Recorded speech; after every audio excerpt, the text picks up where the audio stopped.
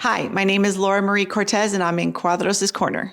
Welcome to Cuadros' Corner. This is the podcast that brings you the stories of the people behind the spaces. From real estate to hospitality, we uncover the passion, challenges, and triumphs of those who bring spaces to life, whether they're building, hosting, designing, or simply making their mark in unique ways. Real people, real stories, real spaces. This is where their journey meets yours. Check out the podcast description to connect with guests through their links, and thank you for listening to Cuadros' Corner. Don't forget to subscribe, share, and comment. How do you think art contributes to the character and value of a property or neighborhood? Well, that's a great question. I think it's huge. I think that when people come into a home, a property, a business, and they see a piece of art, it's a statement piece. It could tell a story. It could spark conversation between your clients, between the people walking in.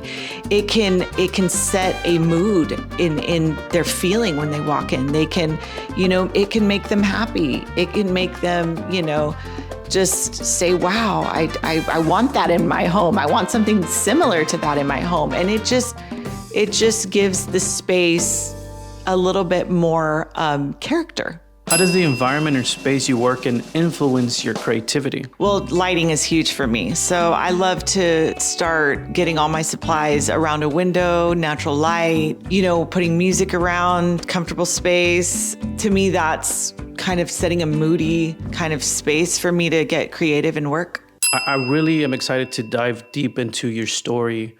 But first of all, how's your 2025 so far? It's been going really well. I can't complain. Pretty blessed. You were at the museum. What was the name of the museum? The one we went to where you displayed all your art. The stained glass, the Gelman Stained Glass Museum. How did that event go for you, in your opinion? It went really well. It's pretty hard to have two shows in 1 year for me, considering I have a full-time job, I have children, and trying to get those dates and, build up some new artwork for that was challenging. But no, it turned out really well. I was just very excited to do a group art exhibit because I usually do solo shows. So that was something I hadn't done in a long time. So it was really nice to do a group show like that in such a gorgeous venue. And for those that might be just getting to know you right now, can you tell us a little bit about your background? What is it that you do? Well, starting with my artwork or? Yeah, let's talk about art. Okay, so a long time ago, I was, a young mom. I was trying to figure out what I wanted to do. And I knew I wanted to go to college. And so it was just kind of like, as a high schooler and then you're fresh out of high school, you're just kind of like trying to find out what you want to do. So my dad and my mom went to Europe one day in the summertime, and they came back with this painting. And I was like, wow, that's a really great painting. So that one over there. Do you want me to bring it in? Yeah, if you'd like. Of course. I mean, that's just the tile of be careful. mine. No, yeah, you can just grab it. There you go. So this right here was a painting that my parents had brought back from Spain. And I was like, man, that's such a really interesting painting. I was gravitated so much to this painting. So I was asking them, like, how much did you pay for it? And they told me, and I was like, I feel like I could do this. Like, I feel like I can paint. And granted, I had never painted before. Right. I was just a major doodler because I have severe ADHD growing up. So, it was always challenging to me to sit through a classroom and really pay attention. So I was doodling butterflies and flowers and all kinds of stuff on my spiral notebooks and stuff. But I was like, I'm going to try it. My dad's like, okay, I'll buy you all the art supplies, and I think you can do this. And so he did. And this is actually the replica of it. Wow. And so I painted it. And we were all like, wow, she did it. She actually... First try? First try. Wow. So that's when I kind of knew, wow, I think I can go into college and, go into painting. And so I decided to go to, Pan Am at the time, which is UTRGV. And it all started with flat art. This is flat art, right? And so I had a professor, I'll never forget him. His name was Leonard Brown. Leonard Brown. Yes. And he was just such an amazing professor. And he kept saying, you need to go into portraiture. And I'm like, Yeah. No way. You're like painting other people. Right. And I was just like, there's no way I can do that. I was very used to flat art and, that kind of stuff. And But wouldn't that be considered portrait? yeah, I mean, it's an abstract portrait, but it's very, like I said, it's like very. So he was speaking more of like, not abstract, but Right. more. Okay. Right. So that kind of like was like, wait, I don't know if I could do that.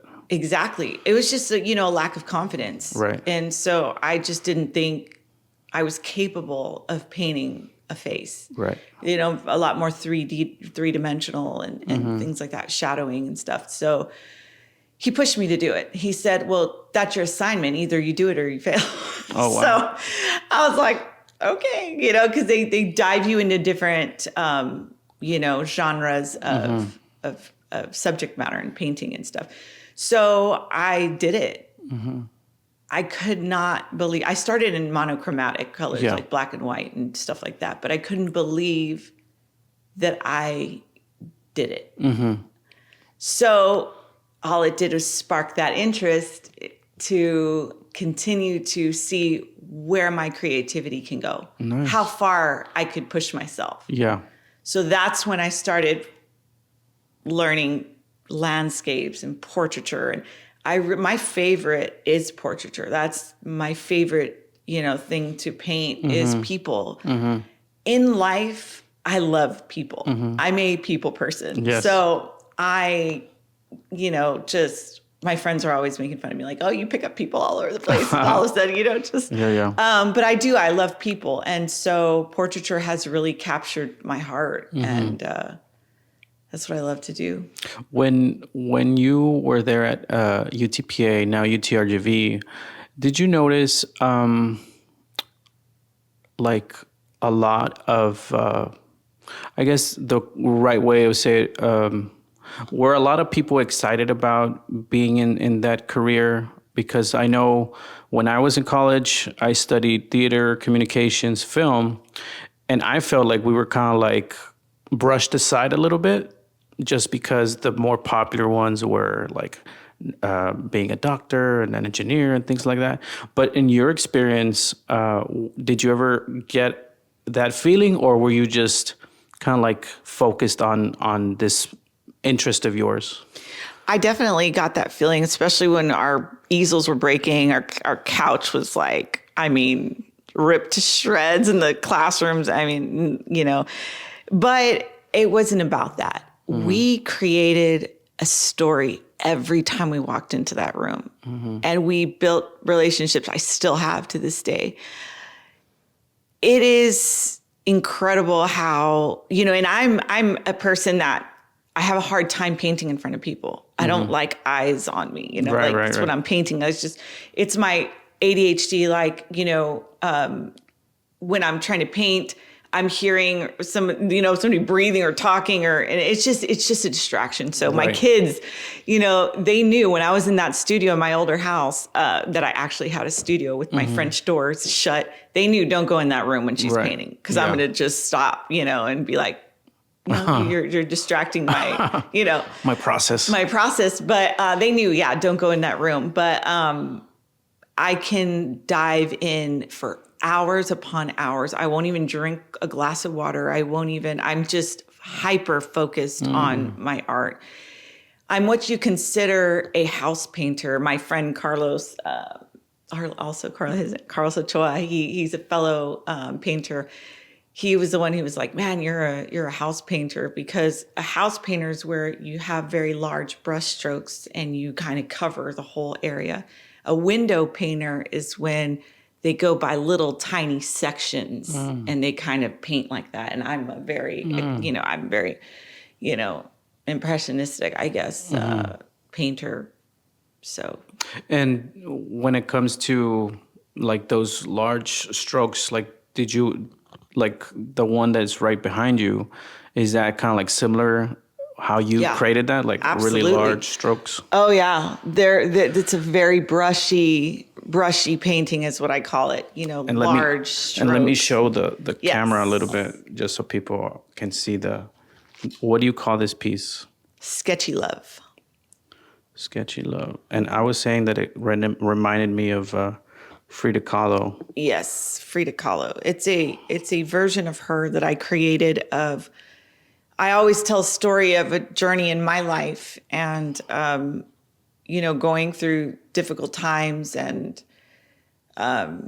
just finding ways back into, being in love or, relationships, things like that.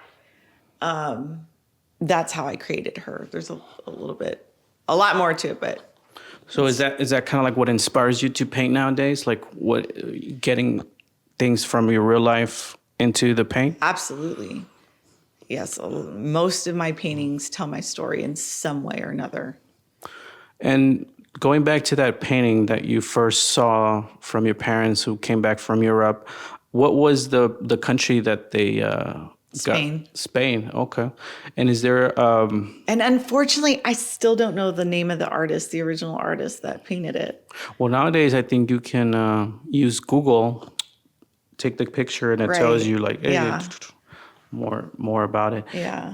But have you yourself gone to Europe and gotten more inspiration from paintings and made you want to? Absolutely. I've been all over, Europe, and there's some particular spaces that I've painted. A Vespa ride that I would go on into the countryside of Belgium. And there's certain areas in the countryside where, stop and I'd take pictures and I'd recreate that in my own way. So when you were still in college and learning that process, was there ever like a sense of community with everyone, or was everyone very competitive? Is art competitive? What's your take on that? I mean, it can be competitive to certain people. I had a great community. I cannot complain. We always had each other's backs. We were like full on supporting each other. For me, it wasn't like that. I didn't ever feel there's competition because art is so different. I can hate somebody's art, right? And other people can love it. It's like music, you like a song, some other person cannot like it. So it's just opinion, it's personal preference. Art it's just, sometimes people say, man, this artwork took months to paint. But I'm like a speed painter too. I can create something that someone can paint in months. I can do it in 5 hours. Wow. Yeah. Did you ever feel that you would have trouble selling some of your paintings? Like as you're painting a certain one, were you ever like, I don't think anyone's going to buy this? And then like, I guess the question is, did it ever surprise you that someone bought? Oh, yeah. There's some paintings I definitely want. I've chunked many paintings, actually, which people will kill me for.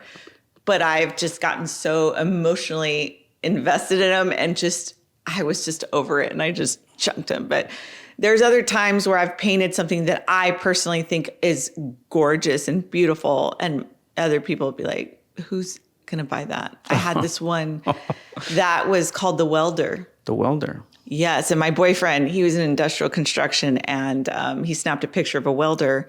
And I actually did some welding too in college. And he said, this is such a cool picture of a welder. I was like, I love it. I want to paint it. Like, I love this. And it's just the story behind it and all that is also there. But I painted a painting of a welder. And it sold, and it was one of the only paintings that sold in one of my shows. Really? Oh, no, not that one. No, there were several paintings at shows, but the one that I wasn't going to put in my show ended up making this show because I was like, no, I want to put my welder in there. They're like, are you sure? Because it just doesn't go. And I'm like, no, I want my welder in there. And it ended up selling and sold that night. And I loved it so much. But yeah, that's definitely, you never know who's going to like what. Yeah. Yeah. I want to touch base a little bit on what you're wearing. You're wearing a scarf with butterflies. And I know previously you had mentioned how big of an inspiration they are. Can you touch a little bit on those that might not know that story?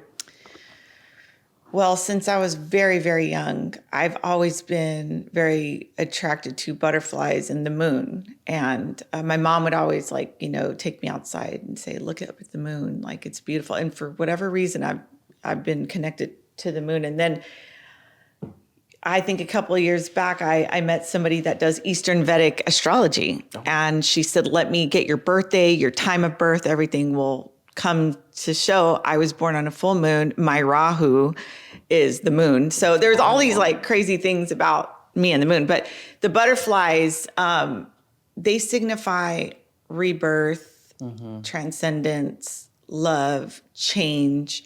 There's so many things that I connect with the butterfly. When my mom passed, my mom was my best friend. And when she passed, I had butterflies landing in my hand, or my shoulder. I had ladybugs, certain things. And so it's just always been a part of me. It's just something that I identify with. It's kind of like a little signature of mine. All my friends know every birthday, every Christmas, I'm loving all my gifts because they're always butterfly necklace, butterfly rings, butterfly sweaters. Like they know. It's they just know. That I just love butterflies. But yes, it's very, very, I don't know, just a piece of me. I feel like it's just a part of me. Do you paint that a lot? I do incorporate butterflies in my paintings. Absolutely. I have several paintings that I incorporate the butterfly. So your parents were then a big inspiration in your process of beginning painting and throughout. Have you ever made a painting dedicated to your mom or your dad? Absolutely. I've done a portrait of my mom with a red background. And I never knew why I chose that red background until she passed. And we put the portrait up in the church. And it was amazing to see. I was like, that's why I painted it red, because all the punceras were behind her. She passed on New Year's Eve. So all the Christmas and all the punceras were still up. And so it just like leading up to the portrait, it was all red. So. So did it ever add another layer? I'm assuming so. Before becoming a mom, as an artist, I'm sure you had one way of thinking, but then after becoming a mom, did that add to your perspective of not only life, but like your painting? Actually, I became a mom before I started painting, but yes, being a mom, it's, to me, my greatest gift. Like family is so important to me. I think art tells the story as well as, painting portraits of my kids or them watching me as they grow up, their mom in the studio, their mom painting. My kids have always been a part of my art shows. They've, been the ones helping me. I did see, I think your son getting the payments and stuff like that. Yes, wrapping the tiles or packaging the prints. Yeah, that was pretty neat. It's beautiful to see them always been supportive of me and what I've loved to do for so long. Are they also ever been wanting to like paint themselves, or is it something they like? They are very creative. They are very. My oldest son he can draw, but he's a fisherman, and so it's just the passion that we have. I see it in my kids. They have a passion and they follow it. They go with it, and I love seeing that. He's worked a lot with his hands. He did some wood shop or work in that. And I remember he made me a little sculpture because I did some sculptures as well. And then my daughter Delphine and Kailani, and they've all painted, you know, Troy draws. So they all have an artistic talent in them. Wow. Very much so. That's awesome. Yeah. That's great to hear. I think, like you were saying, family is very important. I agree with that. And when it comes to sharing your passion, it's, I mean, what better thing than to share it with your family, right? Going back to UTPA, after you did the portrait, what happened with the professor? Did he like it? Was it, in your opinion, was it good? Did you pass? Oh, yeah. Yeah. Especially what was hard is one time I was in front of a panel for my senior year. It was for my last show. They ripped me to shreds. I remember bawling, leaving that room. I was crying. I was discouraged. I was just like... Your professors were telling you? Professors would rip my stuff apart. Oh, but... Wow.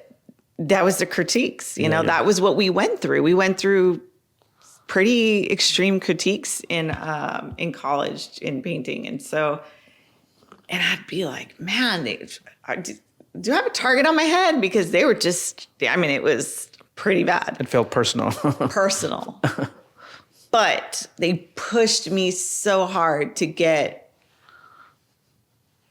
to the point where I'm at today. And I am so grateful for that, because now I'm hypercritical and like, you know, stuff like that with my own pieces. But at the end of the day, I'm like, I'm just going to produce. I'm just going to produce, whether it's something that, you know, I feel people are going to connect with or not, because my whole goal in painting is to evoke an emotion or to tell a story or to capture someone's essence in a portrait, whatever it is, like that sparkle in their eye, the color, the feel, who they were. You know, I do get asked to do portraits of also people who've passed or things like that. And I will always ask them, what did they like to listen to? What was their favorite music? I'll throw the jazz on, I'll throw the country music on, whatever it is. And I really just try to, okay, like, let's go, you know, let's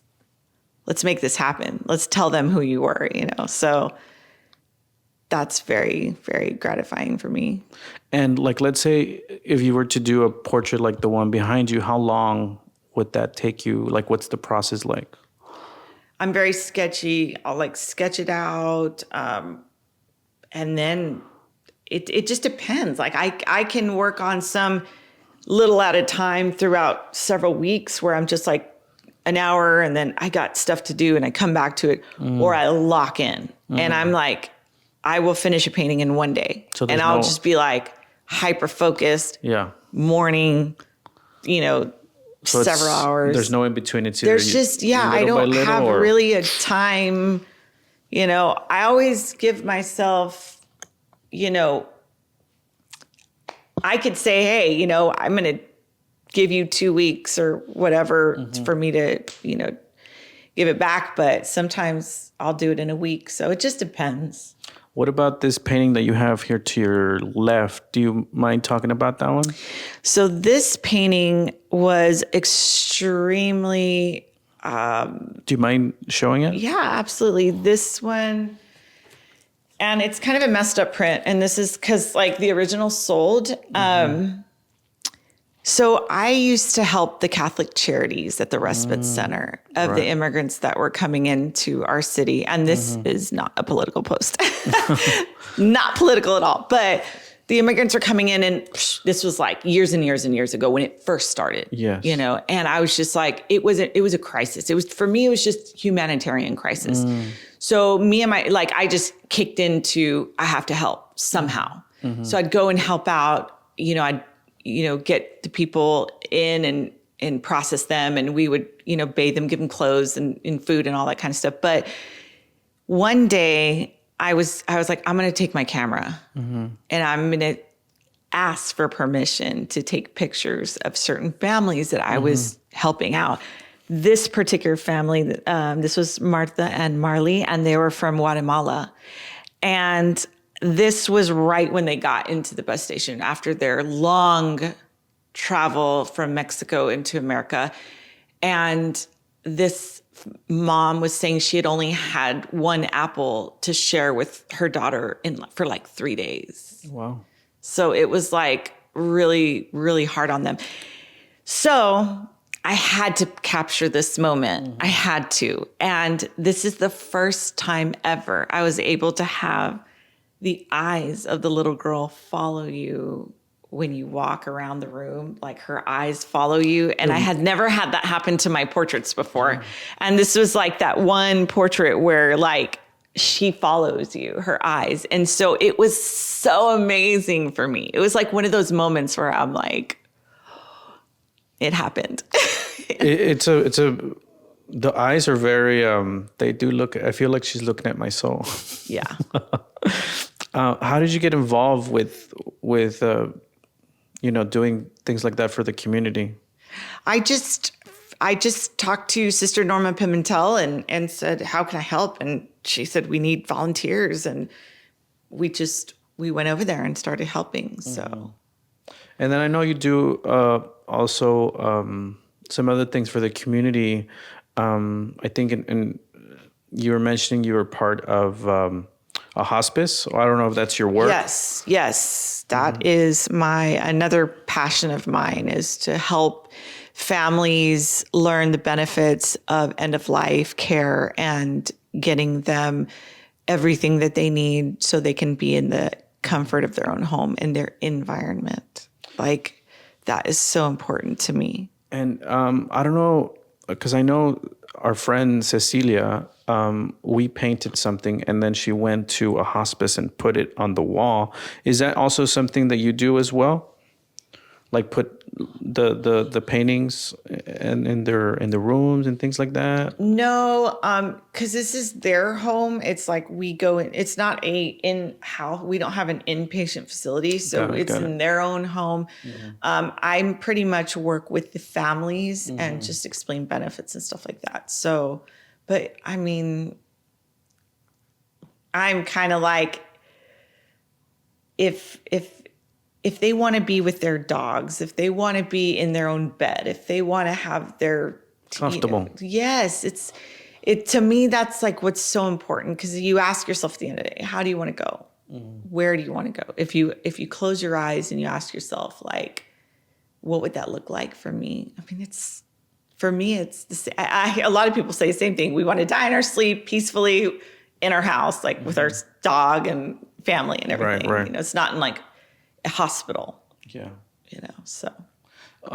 Why was that ever such an important thing for you to contribute to people who are dealing with that? Because I watched my mom and what she went through and the suffering, and I was with her till her last breath.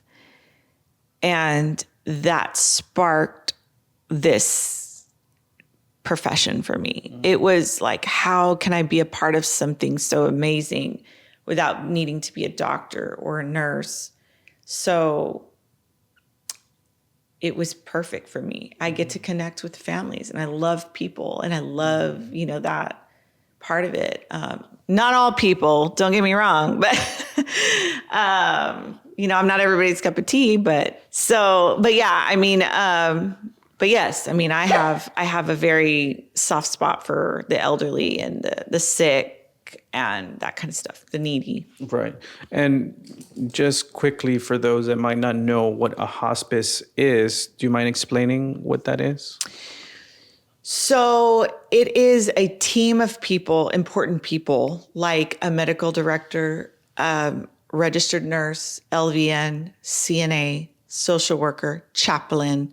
We are a team of people that will come to their home that provides medical equipment, medication, 24/7 on-call services for any needs that they are needing, like in that time of life. So all of that is paid by the government if they're on Medicare, Medicaid, so that families don't have to worry about that. So. Wow. I know you had some paintings in your show of yourself, or at least I thought that they looked like you. What's that process like? Is that different than painting something else? No, I mean, well, it can be, because when it's about me, I know myself more than anybody, right? So it's easy. When I'm painting somebody else, I have to get to know them. I have to know more about them. I have to really feel what they're feeling, understand what they're looking for in this particular portrait. So painting myself is easy, because I can, how do I explain it? I can showcase what I'm going through, my journey, my feelings, emotions through color, brushstroke, detail, whatever. And I also saw some themes of religion in your paintings. How is that, how important is that in your life? God, religion. God and religion is extremely important in my life. As a little girl, my dad has always been a very religious man. He's always, pushed religion and in our lives. And it wasn't, though, until I believe I went through, my mom's death and everything, that you really have to really have the faith. Yeah. And my absolute favorite artist of all time, the one that I'm inspired by, that I am in awe of her artwork, is Akiane Krameric. And she painted the Prince of Peace, which is that piece as you walk into my house. It's hanging over there. It is a very famous painting. And I've followed her for many, many, many, many years, since I was in college. And her paintings are very spiritual. Her parents were actually atheists. Oh, wow. And she had real encounters with God. Yeah. Like real, true encounters with God. Things that nobody would know. It's just a phenomenon that you just can't say, that was just her imagination. That was just a dream. No, these are things in her story. If you follow her, you really get to know her, you research her, you're going to say, there's no way without God that could have happened. So it is very important. And she's inspired me to always have that spiritual, storytelling in my paintings as well. Because for me, God is in everything, in nature, in birds and butterflies and grass and trees and in horses and whatever it is. I see God in everything. Oh, wow. So to me, that's very important. So what inspires you now? Is there a certain theme that you look for, that you try to explore, learn more about? Are you constantly being inspired by everything? Or what is the life of an artist in the Valley? Ooh. So there's a lot to that question. Everything does inspire me. Right now, what I'm inspired the most by is authenticity. Going through different seasons in life, you realize the people who are around you, they're there because they choose to be. They love me for my authentic self, my good, my bad, my hard, my everything. They choose to be in my life because they don't want to change who I am as a person. And that is the most freeing thing to me, is for someone to truly love you for exactly who you are, right? And so being like that authentic self and, being around people that inspire me every day, that to me has been really good. I mean, and it's challenging. It can have its challenges, but right now, I mean, inspiration comes and goes for me. I can be very inspired and been like, oh, I'm on fire. I have a series, a subject matter I'm shooting for. And then I'm like, wow, what am I going to do next? So that can come to me. I get very vivid dreams as well. And that all of a sudden, I had that painting of my spirit guide that I painted in one of my shows that was it was a spirit guide that came in my dream, and just kind of okay, that's what I'm going to paint about this time or another. But it's amazing how it just kind of comes to me sometimes, or there's a thematical show that's coming up about a certain theme, or, so yeah, I know I asked you earlier about the art community at UTPA, now UTRGV. But what about now? Now that you have shows and that you're a little bit more experienced and you have all this behind you, do you have like a feeling of like the community in the RGV for painting for artists? Like what's your pulse on the scope of where this community is going or where it's at, or does it exist? What's your take on that's that? a great question, because when I started, the art world was just not happening. They were starting to do the first Fridays. It was very interesting. Like I said, I went and saw my professor, Leonard Brown. He was doing an exhibit it was called, I think, The Loft back in the day, like on 495. And it was just like, we'd go to different locations and stuff like that. So it was just that moment where it was starting to pick up, and we need more art lovers here. We need more art collectors, right? Because, having a painting in your home is generational. It is going to be passed on from your children to their children to their children. It's generational. You can't put a price on that. Yeah. And so I keep telling people, like, purchase art, get out there, go to even just showing up to the shows, like viewing it, that's where it is. It's so important because that's what we want to do. We just want to tell a story. And the more people that hear our story, that see our story, that feel our story, they can take away a lot from it. And, I know that there's people that have cried looking at some of my paintings, people that have connected really deeply with certain things. And that's where it's at. Sometimes you don't have to say something. Sometimes you could just look at a piece of work and have that emotion and feeling. So yes, I feel our community is getting there. It's not there yet, but I'm loving, there's more shows out there. There's more things going on. I wish so much I can make it to more shows.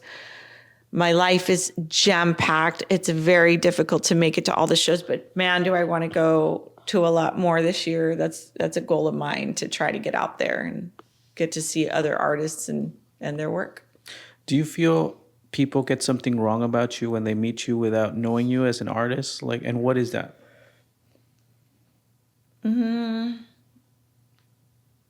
Well, I mean, it can. I mean, I feel like they can say maybe, oh, she's a little bit commercial artist or this or that. But I mean, I can paint anything and everything. I just paint whatever comes up.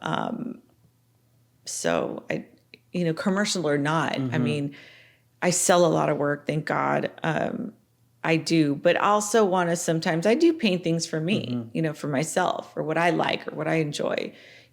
Other times I'm painting for somebody. Like I did a whole series for Quinta Mazatlan. Oh. So I did all nature inspired, all stuff from Quinta, and they're adding a pavilion. I don't know if you've seen.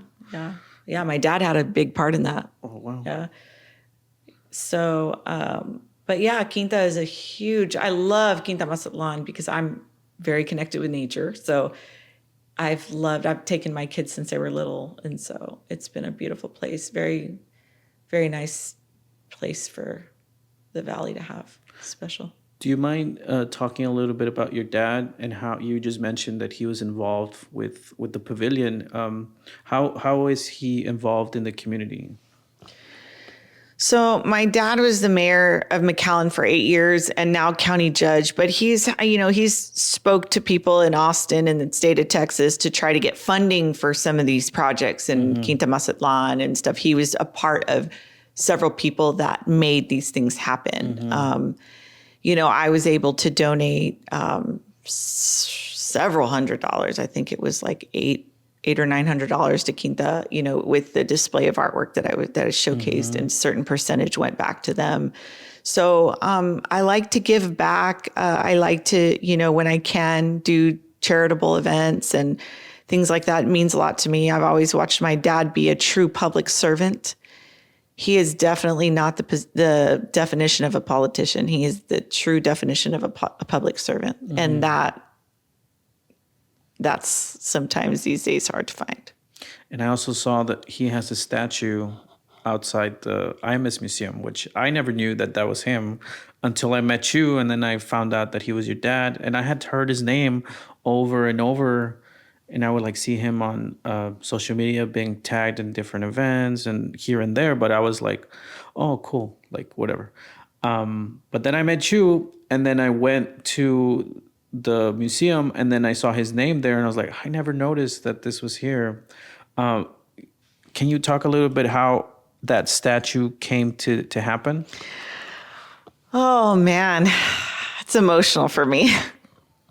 I was there when my mom and dad were at the studio there in Edinburgh with Douglas Clark, and he did these. It was a bunch of community members that said, "You've done so much for this area. Like, you have been a huge art supporter and a big part of why the arts are happening."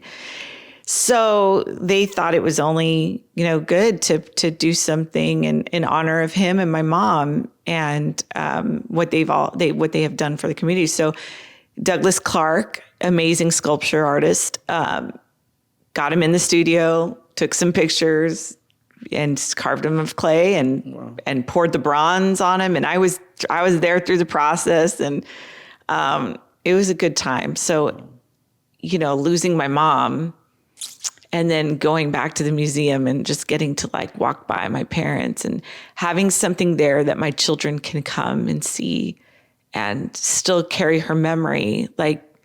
It's a very beautiful thing. I'm very, very lucky to have the parents that I have.